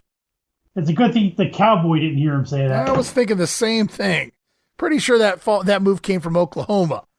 But anyways, we go on to the ring. We see the Cowboy, the Outlaw, Ron Bass in there taking on Rick Thor. Total mauling again this week. A nice high knee from Ron Bass at one point in that Texas Stampede, getting it done in 3 minutes, 6 seconds. The action rolls on. Another match in the ring. Brad Armstrong going to go solo this week, Jamie, taking on Rick Benefield as Brad keeps Benefield grounded for most of the matchup. Rick going to land a few shots late in the bout, but Brad coming right back with a nice back suplex into a bridge, getting the win here. Brad Armstrong going over one-on-one competition. Match goes 4 minutes and 39 seconds. Isn't it just like wonderful to watch a Brad Armstrong match at this point? and can see why he ended up the way he is. He had the talent from day one. Yeah, he was, like I said, they throw that name around natural, that word around natural. Brad truly was, if you were going to define it, he was one of those guys like a Barry Windham that was maybe even more so than Barry as far as just the smoothness, but just a natural in the ring. Even in these early interviews, I didn't think Brad was horrible. Of course, he was just beginning out, but he wasn't horrible. They should have worked with him more on the interview style. He really could have been something in wrestling. Yeah, it's another one of those what could have beens. As we continue on, we hear from the Wildfire, Tommy Rich. He says, Superstar said that when he returned to Georgia, that he'd get the job done on Tommy Rich himself, but he has now failed. And so Superstar's sending Abdullah the Butcher after Wildfire, but Tommy says, well, that's okay too. Superstar, he has his own problems to worry about. In fact, he has a giant problem to worry about Christmas night. I want to point out, we've heard from Tommy Rich promoting Andre. We've heard from Freddie Miller announcing Andre. Big Red has yet to announce the surprise partner. Ole just has to be shaking his head backstage. Didn't necessarily play out the way they wanted it to, I guess.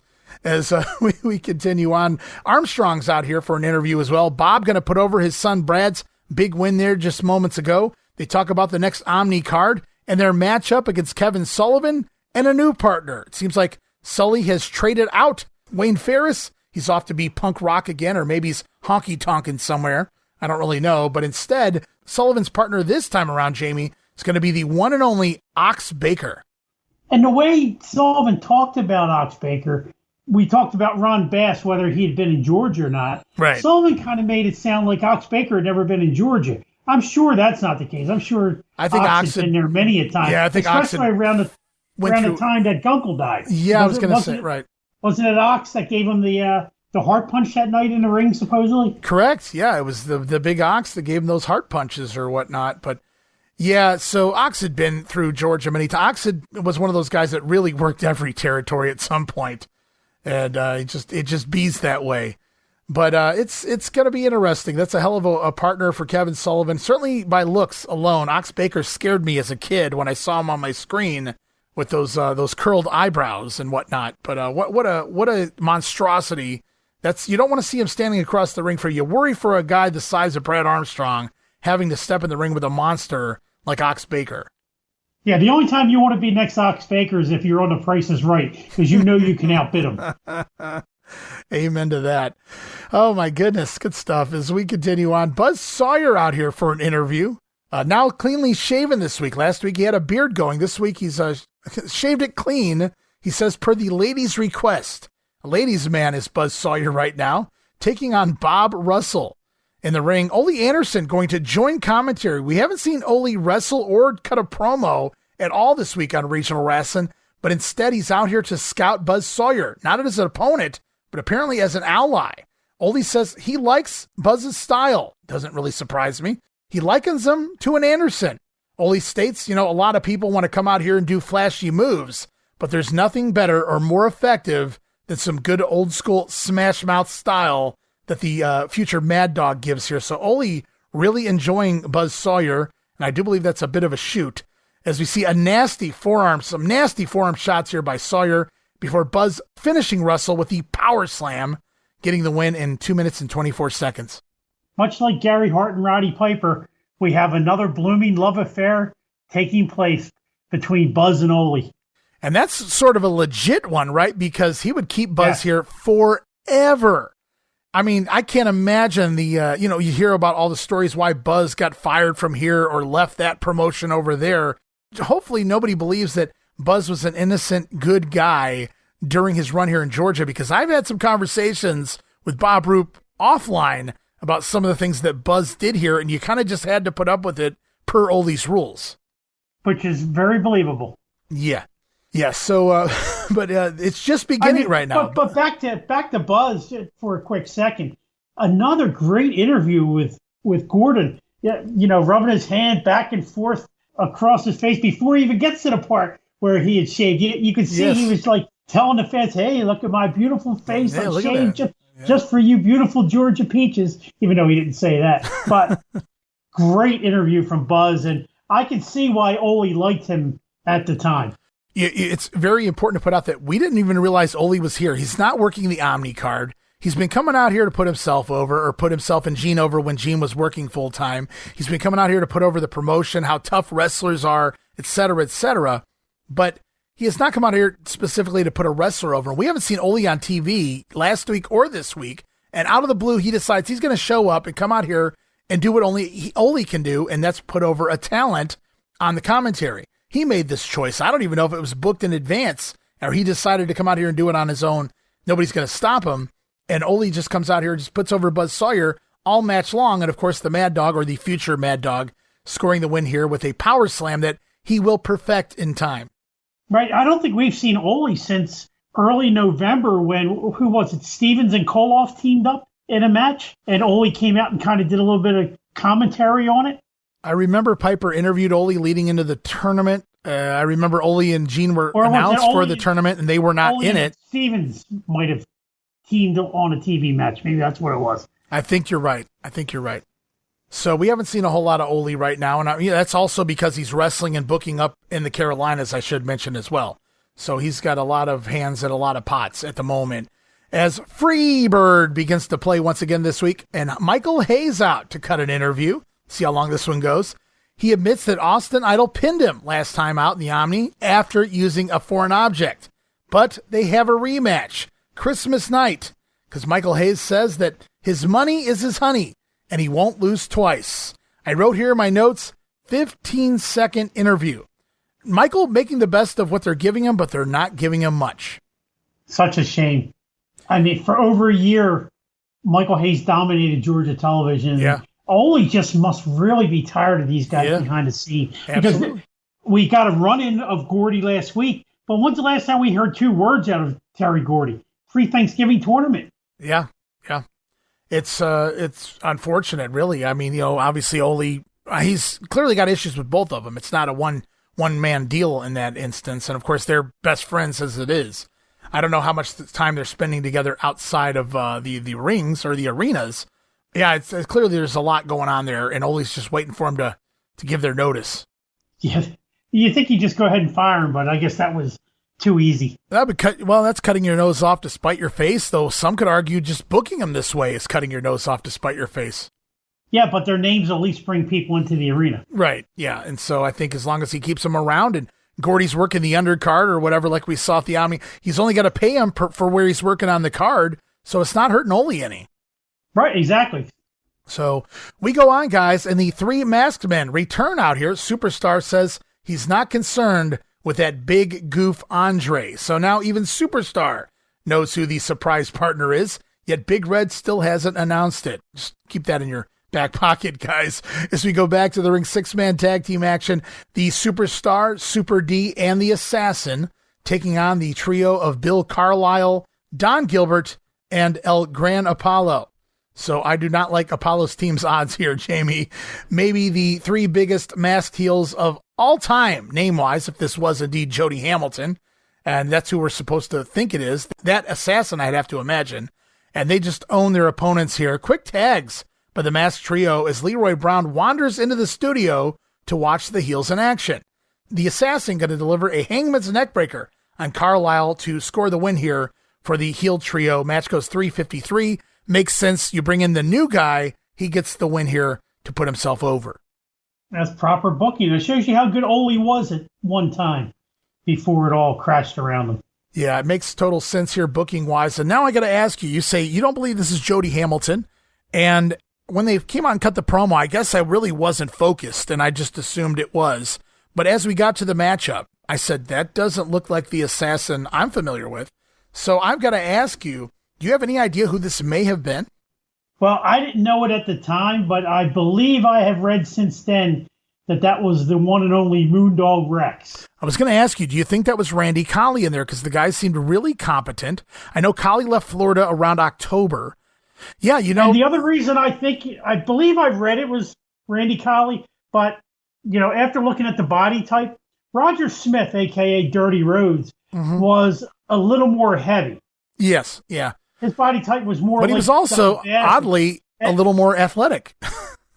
Right, which is where you get Randy Colley in this situation. So I believe that, it had the full body outfit on, and it wasn't, as big as even Jody is. So right. I'm assuming it was good old Mundo Rex. That was my guess as well. He had been the assassin with Jody for quite a while prior to this. So especially after Ernesto retired. So that was my guess that it's also Randy Colley. So we'll just pretend that it is. Maybe we're not pretending. So I'm going to go out on a limb and say that was Randy Colley in there, getting the win with the neck breaker as the Masked Trio go over, readying themselves for Christmas night against Andre the Giant and company. As post-match, Superstar calling out Leroy Brown. Remember, he came out to watch them in action. Superstar asking Leroy to come on and get in the ring with all three of them. And it don't take much to convince the bad Leroy Brown, the man from the south side of Chicago, if you will. Brown entering the ring, brawling with the Superstar, slamming him down, and then in comes the Assassin and Super D to make it 3-on-1. Leroy Brown, though, holding his own, pummeling all three masked men for longer than you guys might suspect. But finally, the number game proves to be too much. 3-on-1 beatdown, but it's Big Red to the rescue, followed by several more baby faces who run the heels off. Leroy Brown stopping by the podium on his way out, vowing to make the masked men pay. You gotta love Leroy. And going forward, if anybody is watching with us, notice that Leroy Brown is kind of doing his Curly of the Three Stooges gimmick. He likes to pat his head a lot of times and does like the Curly shuffle and stuff when he's in there. Yeah, his interviews, I'm not really sure what to make of them. How he just shouts those one-word responses, and it just feels like he's in another world. And sometimes I buy into it to the point where I'm asking myself, is he working or is he shooting? Is this Leroy Brown the man? I just don't know. But I wonder if he's sharing some candy with Buzz Sawyer. I'm starting to wonder what was in those big-ass cookies they were eating. The thing that really is surprising to me, because we don't even get a dirty look from Gordon, he just comes out and says, Sole, you know what I'm going to do and why I'm here. And Gordon doesn't even make a face. Have you ever heard anyone else just call him Sole? Are you going to make a face at a guy the size of Leroy Brown? I just don't know. I think Gordon had just come to the point where he just accepts it. There's no way Leroy's ever going to change. So it is what I do. Rolls with it. Like I said, I've never been a fan of Leroy Brown completely. I've never been a fan of Big Red completely. I like the way you can book them in short doses to where I do enjoy them. They've done a great job with them thus far right here, I'll say. They're not wrestling a whole lot on TV. When they are, it's very short, quick, to the point, which is great. I appreciate that. But I also love that they're so big. They're such big guys that they've been put in the ring, Big Red with 2 guys, and now Leroy Brown with 3 guys, because he's the policeman. He's the bigger of the 2, tall-wise anyways. And so I like that they hold their own, not just for a little bit, but for quite a while before the number game becomes too much for them. So it really puts them over as big monsters. But man, the biggest of them all coming to town Christmas night to team with them, Andre the Giant. I can hear Gorilla Monsoon right now talking about reinforce the ring that night, Jamie.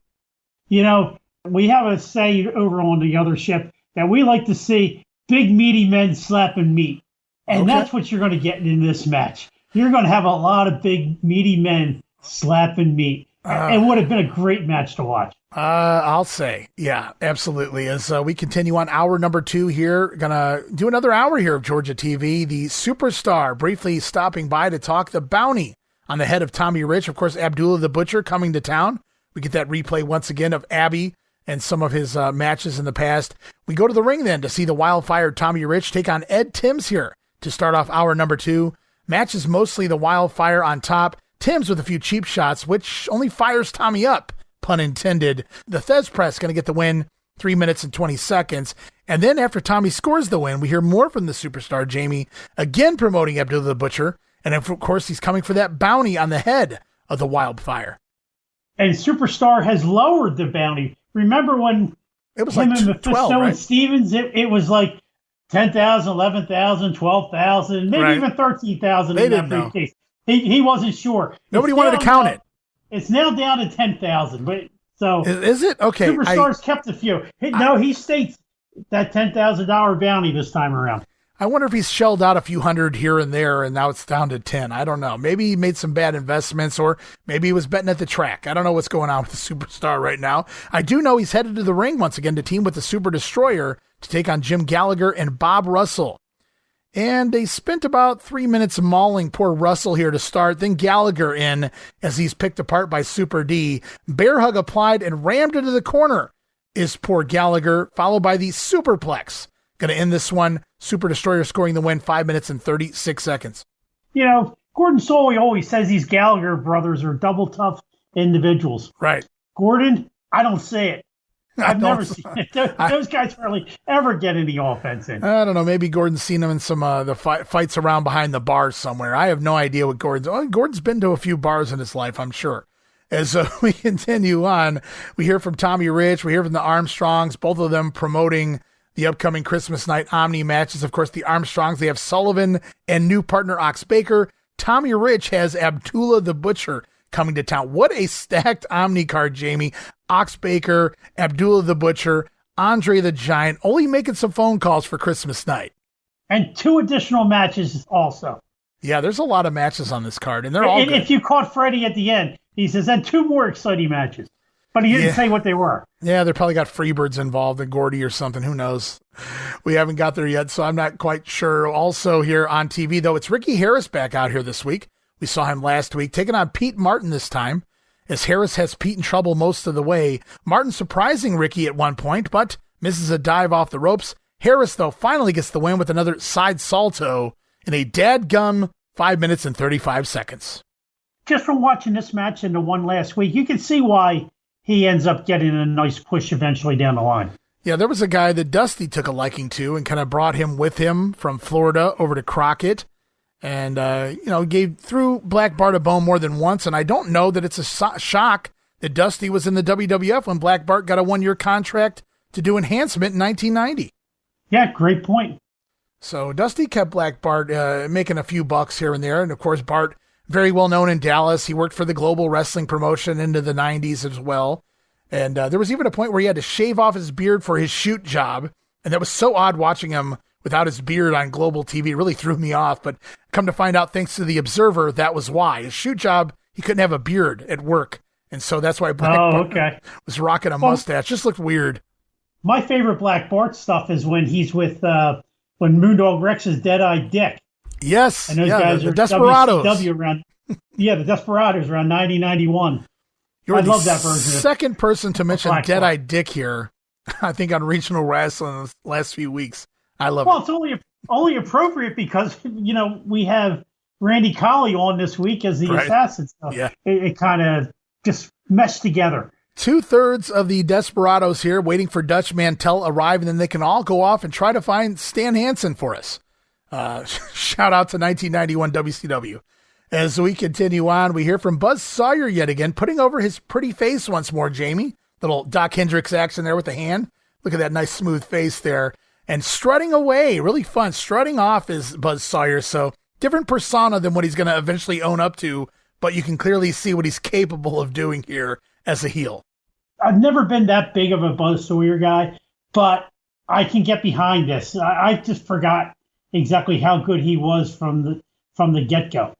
So if I watch Buzz in a competitive match with a guy who's going to hold his own and protect himself, I don't know that there's a bad Buzz Sawyer match out there. I enjoy walking in. Anytime he was going to wrestle Hacksaw Duggan or whatever, when I've covered UWF with Roman or whatnot, been looking forward to those matches. I feel like if I was doing JCP or Georgia here very shortly against these job guys, I would have a different take on what I'm watching week to week, because I shudder the thought of what we're going to be walking into if we ever see any of that.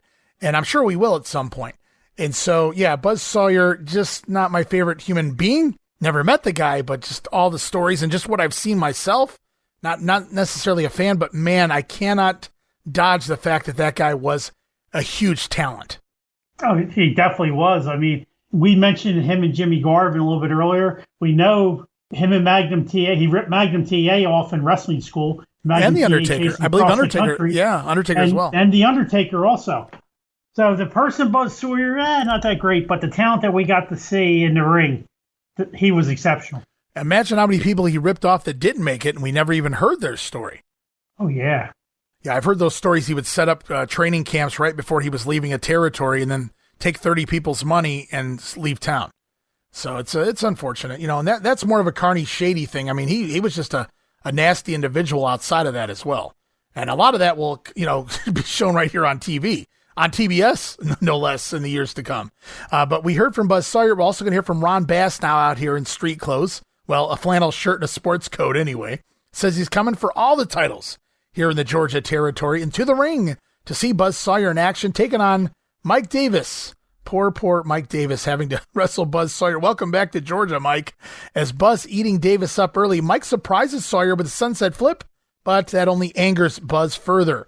Sawyer then with 2 backbreakers and a nasty slam in succession. He never drops Davis. It was backbreaker, pick him back up, backbreaker, pick him back up, and then it wasn't just a slam. It was like you were trying to spike a football through the ground, the way he drove Davis down with a slam, never releasing Mike between any of the moves, and then just dropping an elbow to get the win. Match goes 6 minutes and 15 seconds. I expected more from Mike Davis here. I wonder if Mike gave Buzz a bad batch somewhere along the line and Buzz was making up for it. Oh, man, I don't know what happened here, but Buzz Sawyer was not playing games. Again, the match goes over 6 minutes, and I have to say that Buzz owned almost all of it.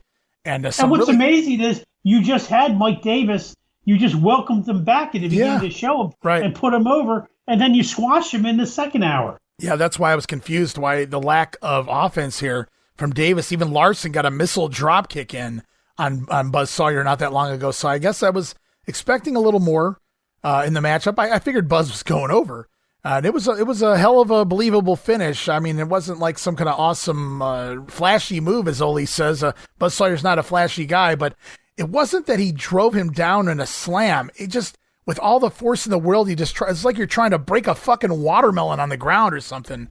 As hard as he dumped him.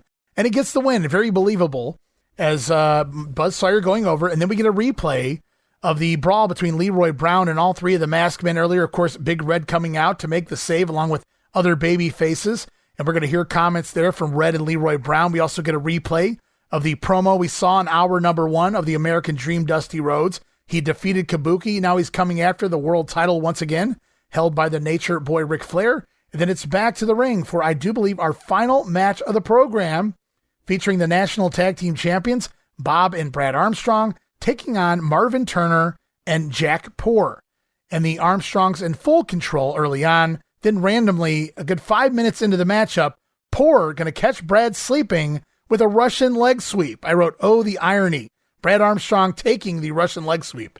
Yeah, very interesting. That is a Bizarro World move there, isn't it?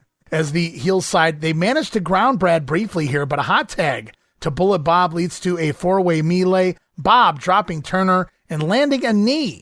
Kind of a random move there to get the win. The match goes nearly 9 minutes with the Armstrongs going over. Why are the champions taking 9 minutes to beat 2 job guys? The answer? Well, to kill some time. Yeah, it had been a quick show up to that point. Yeah, so Bob going to score a win here for the Armstrongs. They are the champions after all. They got another big match coming up. Sullivan finds Ox Baker. And, of course, Bob coming off a match with Kabuki and Chattanooga. Bob's starting trouble all over. Well, he's trying to resolve trouble, I guess, and all over the place with some of these heels. And remember, it was Bob Armstrong talking back to Roddy Piper that caused no hot rod here this week on TV. And so instead, we got this man, Steve-O, out here. And Steve-O, let's not forget, he's still here. But before we get back to Steve, Jamie, we get a hard sell to end the program. Once again, Tommy Rich coming out here talking about looking for Abdullah the Butcher. And Michael Hayes out here, he has Austin Idol yet again. 2 referees this time is the stipulation in that matchup. Is Michael Hayes going to show Idol the right way to cheat? Michael's never cheated, but he's going to do what he has to do to win this match. Well, it was cute. It was fun. Michael Hayes basically saying... Yeah, it was a nice line. Well, he was basically saying, he's like, well, Austin Idol, okay, you got me. You hit me with a foreign object. You cheated to beat me in front of 1 referee. Anybody can do that. We got 2 referees next time. You're not that slick, Idol, but I am. And I'll show you how to really cheat. I'll show you how to get it done. 2 referees. Michael Hayes still has some tricks up his sleeve. Michael will get the best of Austin Idol this time. Well, wishful thinking, Christmas night, you may have your present delivered, but if not, maybe it was a naughty Jammie Ward this year. We'll have to wait and see, 1981. Steve-O going to step back in for a little recap of the show alongside Gordon Soley, Freddie Miller, though, going to run by to announce that it is confirmed Roddy Piper has promised he will return next week. We can only hope this is the end of Steve-O in Georgia Championship Wrestling, but how apropos. It's almost like they booked it this way. If this is the last time we see Steve-O, Jamie, at least you got your little Steve-O at the end of the year. I do have to admit, I've been, 100% in Mr. Personality's corner since we started doing this project. On day one, I was a Steve-O guy. When we were setting the stage in episode 1, I've been behind him the whole way.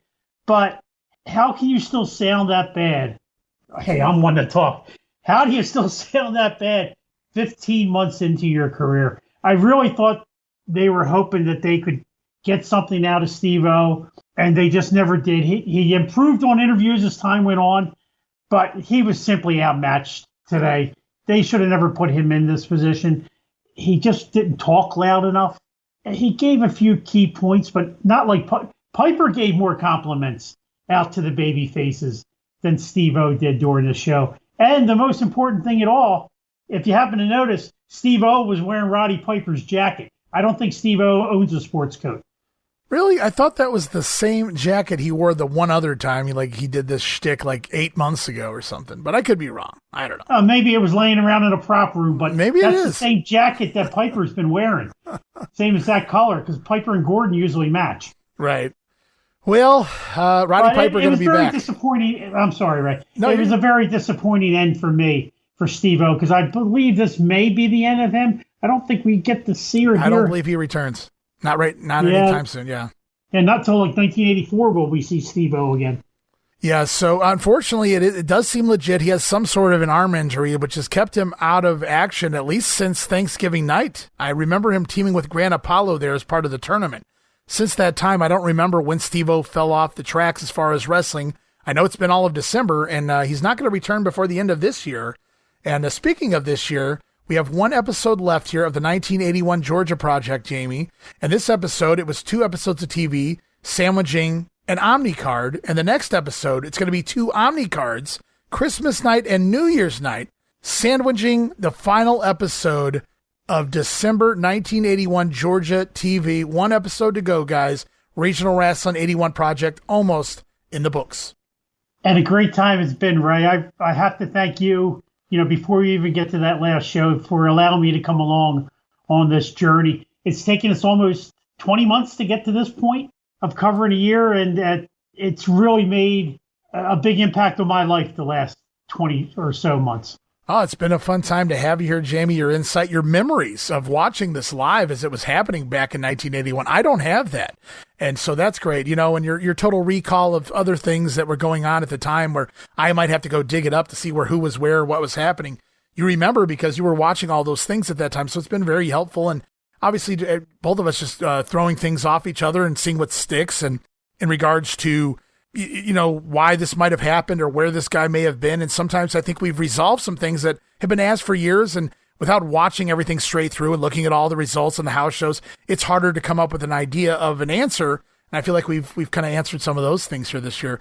We even touched pretty deeply on other things like the WLW, the World League Wrestling thing that Thunderbolt and Company tried to start up earlier this year that fell flat. We talked about the world title change, Tommy Rich. We spent an entire episode talking about Buck Robley's booking and his run there. So we did quite a bit here. And we've still got another episode to go, guys. 2 big, giant holiday Omni cards to discuss and another episode of TV as well. And let's not forget, Roddy Piper returns, so it's guaranteed to be a fun time. That's right. We're not done yet. We're going to go out with a bang next week, Ray. I can feel it. And at this point, I've already announced it on social media, and I was going to wait until the last episode of the project, but we might as well do it now, Jamie, just real quick. For all of you Jammie Ward fans out there, do not worry. Jamie going nowhere. We're going to take a brief hiatus as I have some other much quicker projects to get through over the next month or so. But Jammie Ward will return very shortly as we have renewed his contract for another season of Georgia Championship Wrestling 1982. And I'm cheap, Ray. I didn't sign a Juan Soto contract here. You got me on the cheap, and I wouldn't have it any other way.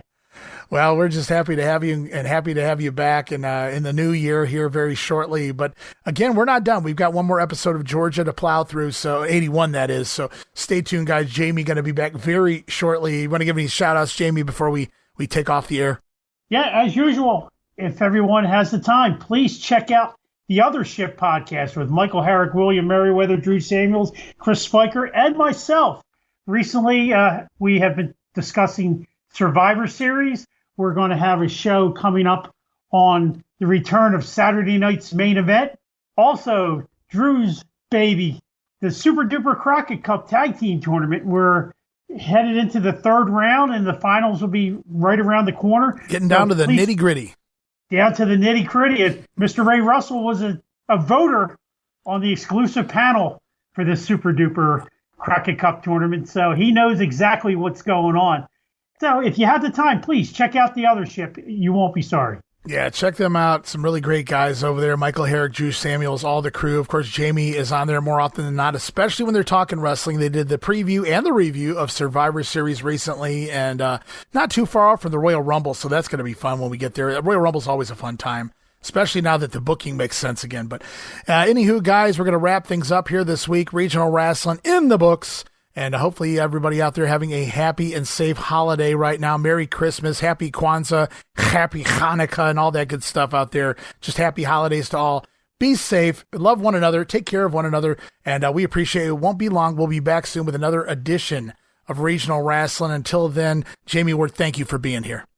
My pleasure, and I want to thank all the listeners out there. We greatly appreciate it, and happy holidays to everyone. And take care of those local postal workers, everyone. Yes, please do. All right, guys, that'll do it here this week, but we shall return for more Georgia 81, Memphis 85, and UWF 86 very soon. I'm your host, Ray Russell. You can follow me on X at Rasslin Grenade. That's at RASSLIN Grenade. Also, follow and like me, Facebook.com/Rasslin Grenade. And don't forget that $5 all-access tier over at Patreon.com/WrestleCopia. And until next time, we'll be back soon with more Regional Rasslin, where we talk the territories.